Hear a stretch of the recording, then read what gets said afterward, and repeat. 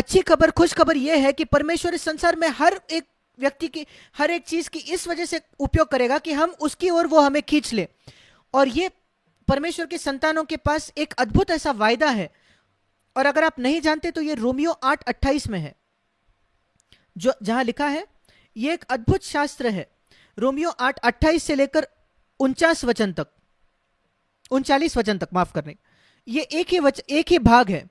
और इसकी शुरुआत यहां से होती है। हम जानते हैं, अब कई लोग इसको नहीं भी जानते, पर हमें यह जानना जरूरी है कि परमेश्वर जिनसे प्रेम रखता है उनके लिए सब बातें मिलकर भलाई ही को उत्पन्न करता है। बीमारी के विषय में क्या, महामारी के विषय में क्या, और गरीबी क्या, आपकी नौकरी चली जाती है उसके विषय में क्या, बाकी परीक्षा या कठिनाई और बीमारियों का क्या, प्रभु इन सारी बातों में एक एक करके नहीं, बल्कि उन सारी बातों को एक साथ मिलाकर उससे भलाई को उत्पन्न करता है, हमारी भलाई। यह एक अद्भुत जगह है जहां हम आ सकते हैं, पर यह सबके लिए नहीं है, यह याद रखें। यह वायदा सबके लिए नहीं है, हर एक व्यक्ति के लिए नहीं है इस संसार में, नहीं, एक छोटे सीमित झुंड के लिए है। उन लोगों के लिए भी नहीं जो कहते हैं कि वो मसीही है, वो एक ऐसे झुंड के लोगों के लिए है। 28 वचन, रोमियो 8:28, जो परमेश्वर से प्रेम रखते हैं। इसका मतलब जो परमेश्वर से अपने बाकी हर किसी से ज्यादा या हर व्यक्ति वस्तु से ज्यादा प्रेम करते हैं। यीशु ने कहा अगर आप उसके शिष्य होना चाहो तो आपको अपने पिता, माता, भाई, बहन, पत्नी, बच्चों से अधिक प्रेम करना पड़ेगा, नौकरी, पैसा, हर एक व्यक्ति से, हर एक चीज से ज्यादा। और दूसरी बात जो रोमियो 8:28 में लिखा है, जो उसकी इच्छा के अनुसार बुलाए गए हैं। इसका मतलब उनका जीवन में उद्देश्य है, परमेश्वर की उद्देश्य अपने जीवन में वो पूरा करे, वो परमेश्वर की इच्छा अपने जीवन में करना चाहते हैं। और इसलिए मैं आपको कहना चाहता हूं, यही खुश खबर है मेरे प्रिय भाई और बहन। खुश खबर इस महामारी के समय यही है, अगर आप यीशु से प्रेम करते हो, हर एक व्यक्ति और हर एक वस्तु से अधिक इस संसार में, अपने जीवन से भी ज्यादा, और अगर आप उसकी इच्छा पूरी करना चाहते हो, उसका उद्देश्य पूरा करना चाहते हो, अपने जीवन में आप उसकी इच्छा करनी चाहते हो, ये दो ही शर्तें हैं यीशु में। बाकी हर व्यक्ति और हर वस्तु से अधिक प्रेम करे इस संसार में, और उसकी इच्छा को अपने जीवन में आप पूरा करना चाहते हो, तो यहां परमेश्वर का आपके प्रति एक वायदा है। हर एक चीज जो आपके जीवन में होती है, उसको संसार अच्छा कहे या बुरा कहे, वो आपके भलाई को उत्पन्न करेगा। वो सब मिलकर आपका सर्वोत्तम, सर्वोच्च उससे आएगा, एक एक करके नहीं, बल्कि सब सारे बातें एक साथ मिलकर। और मैं इसकी गवाही देना चाहता हूं कि जब से मेरा नया जन्म हुआ, 19.5 की मेरी आयु थी तब, अभी 61 वर्ष से भी अधिक, इस 61 वर्ष से पहले, मैं अब 81 वर्ष का हूं। यह वचन मेरे जीवन में सच्चा रहा है, सत्य रहा है, और मैं निर्भीकता से इसको कह सकता हूं। हर एक चीज जो मेरे साथ हुई है, जो आर्थिक कठिनाइयों से मैं गया, मेरे शुरुआती दिनों में जब मैंने अपनी नौकरी छोड़ दी थी प्रभु की सेवा के लिए, जब मैंने अपने सारे पैसे दे दिए थे परमेश्वर के काम के लिए, सारी मेरी बचत मैंने दे दी थी उस समय, और जो बीमारियों से मैं गुजरा हूं, जो मेरा विरोध हुआ है, जो सताव हुआ है, जो कठिनाइयों मैंने देखी है उन लोगों से जो सुसमाचार के विरोधी है, ये हर एक बात वो मेरे अच्छे के लिए, मेरे भलाई के लिए बनी है। उसने मुझे एक बेहतर मसीही बनाया है। उदाहरण स्वरूप, अगर लोग मेरी घृणा नहीं करते, मुझसे बैर नहीं रखते, फिर मैं कैसे उस आज्ञा को मानता कि जो तुमसे अपने बैरियों से प्रेम रखो। मैं परमेश्वर को धन्यवाद देता हूं उन लोगों के लिए जो मेरे बैरी है, क्योंकि उन्होंने मेरी सहायता की कि मैं एक आज्ञा रख सकूं जो मैं नहीं रख पाता अगर वो मेरे बैरी नहीं बनते। तो अगर लोग मुझे नहीं सताते मेरे विश्वास के लिए और मसीह के लिए खड़े होने के लिए और नई वाचा के सत्य के लिए, वो मुझे नहीं सताते, नहीं तकलीफ देते, फिर मैं कैसे उस वचन को आज्ञा मानता जो लिखा है, अपने सताने वालों के लिए प्रार्थना करो। मैं धन्यवाद देता हूं प्रभु को उन लोगों के लिए जिन्होंने मुझे सताया। और इसलिए जो कुछ मेरे लिए होता है वो अच्छे भलाई को उत्पन्न करता है, मुझे बेहतर मसीह बनाता है। कुछ वचनों को मैं आज्ञा मान सकता हूं जो मैं नहीं मान पाता अगर ये लोग मुझे तकलीफ नहीं देते या चोट नहीं पहुंचाते या सताते नहीं। और उन्होंने मुझे दिखाया कि उन सब के बीच में मैं प्रभु में आनंद रख सकता हूं, कि उनका जो विरोध है, उनके जो बुरे विचार है, बुरे योजनाएं हैं, वो प्रभु के आनंद को मुझसे नहीं छीन सकते, मेरे मन से नहीं निकाल सकते। ये क्या अद्भुत अनुभव है हर एक चीज पर। अगर आपका इकलौता उद्देश्य यह है कि मैं एक आरामदायक जीवन जीना चाहता हूं, मैं बहुत पैसा कमाना चाहता हूं, मैं एक अच्छे घर में जीना चाहता हूं, मेरे बच्चों की विवाह में देखना चाहता हूं, सेटल्ड देखना चाहता हूं, एक अच्छा रिटायरमेंट का जीवन में। भाई मेरे पास आपके लिए कोई वायदा नहीं है। आप जीवन जैसा चाहो वैसे जी सकते हो। बाइबल के वचन में से आपके लिए कुछ भी प्रोत्साहन और सांत्वन नहीं है। पर अगर दूसरी ओर, अगर आपका उद्देश्य यीशु मसीह से प्रेम करना है सबसे बढ़कर, और परमेश्वर के महिमा के लिए जीना है, एक जलवंत गवाह बनकर आपको जीना है इस सुसमाचार के सत्य के लिए, और अपने बच्चों को भी आप वैसे ही बढ़ाना चाहते हो, और अपने पैसे और अपने घर और अपने पढ़ाई में अगर आप महिमा नहीं करते, और जो कुछ आपने इस पृथ्वी पर हासिल किया है उसमें, पर आप कहते हो कि एक ही बात जिसमें मैं महिमा कर सकता हूं वो यीशु मसीह खुद और जो उसने आपके लिए किया है, फिर रोमियो 8:28 वो आपके लिए है। इस महामारी के समय भी यही सुसमाचार है, यही खुशखबर है, वो आपके भलाई को उत्पन्न करेगा। ऐसा नहीं कि वो कुछ आपको फायदा नहीं होगा, कैसे वैसे आप इस महामारी में से बचकर निकलोगे बिना किसी कठिनाई के, वो जरूरी नहीं है। वो अपने आप में एक बड़ी बात होगी कि आप उसमें से किसी भी समस्या से बचकर बाहर आओ, नहीं, पर वो आपको एक बेहतर मसीह बनाएगा उसके अंत में, जब कभी वो अंत होगा। मैं नहीं जानता ये महामारी कब खत्म होगी, पर यही ये अच्छी खबर है कि जब वो महामारी खत्म होगी तब मैं एक बेहतर मसीह बनूंगा। मैं वो चाहता हूं, हां। और अगर प्रभु मुझे और गहरे पानी से ले जाना चाहे, अग्नि से ले जाना चाहे, तो ठीक है।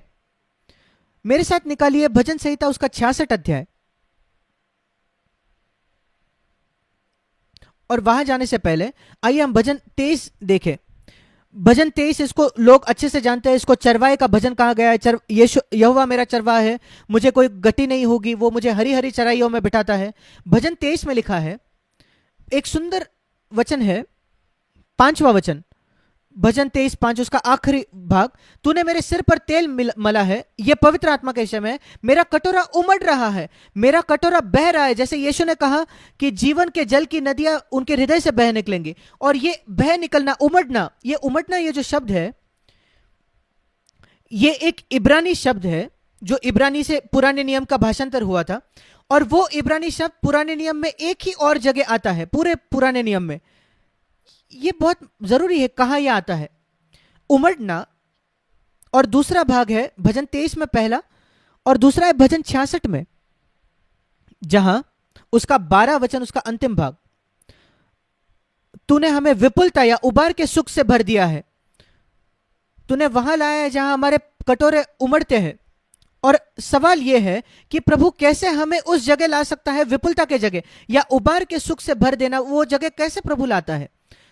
ध्यान से सुनिए, भजन 66 उसका 10 वचन, तूने हमें जांच लिया है परमेश्वर, तूने हमें चांदी के समान ताया था, वो अग्नि में, आत्मिक तौर पर उनको आग में डाला गया। तूने हमको जाल में फंसाया, मतलब आपने हमें ऐसे कठिन जगहों में लाया, आर्थिक परिस्थितियां, नौकरी चले जानी, ये सारी चीजें जो जिसकी वजह से मुझे लगता था मानो मैं जाल में फंस चुका है, उसके ऊपर भी हमारी कटी पर भारी बोझ तूने बांधा है। एक बड़ा बोझ, एक वजन मेरे ऊपर, एक बोझ जो मुझे जो दबा रहे हैं, और उससे भी ऊपर तूने घुड़चड़ों को हमारे सिरों के ऊपर से चलाया, मेरे सिर के ऊपर से उनको कुचलने तूने दिया, वो मुझे नीचे डाल सके। और उसके अंत में तूने आग में मुझे डाला आत्मिक तौर पर, और कई कठिन परिस्थितियां आग जैसे, और आग से निकालकर गहरे पानी में तूने मुझे डाला। और उन सारे के बीच में, इन सारे परीक्षाओं के बीच में तूने हमको उबार के सुख से भर दिया, या ऐसे जगह लाया जहां जीवन जल की नदियां मुझसे बह देती है, एक विपुलता की जगह।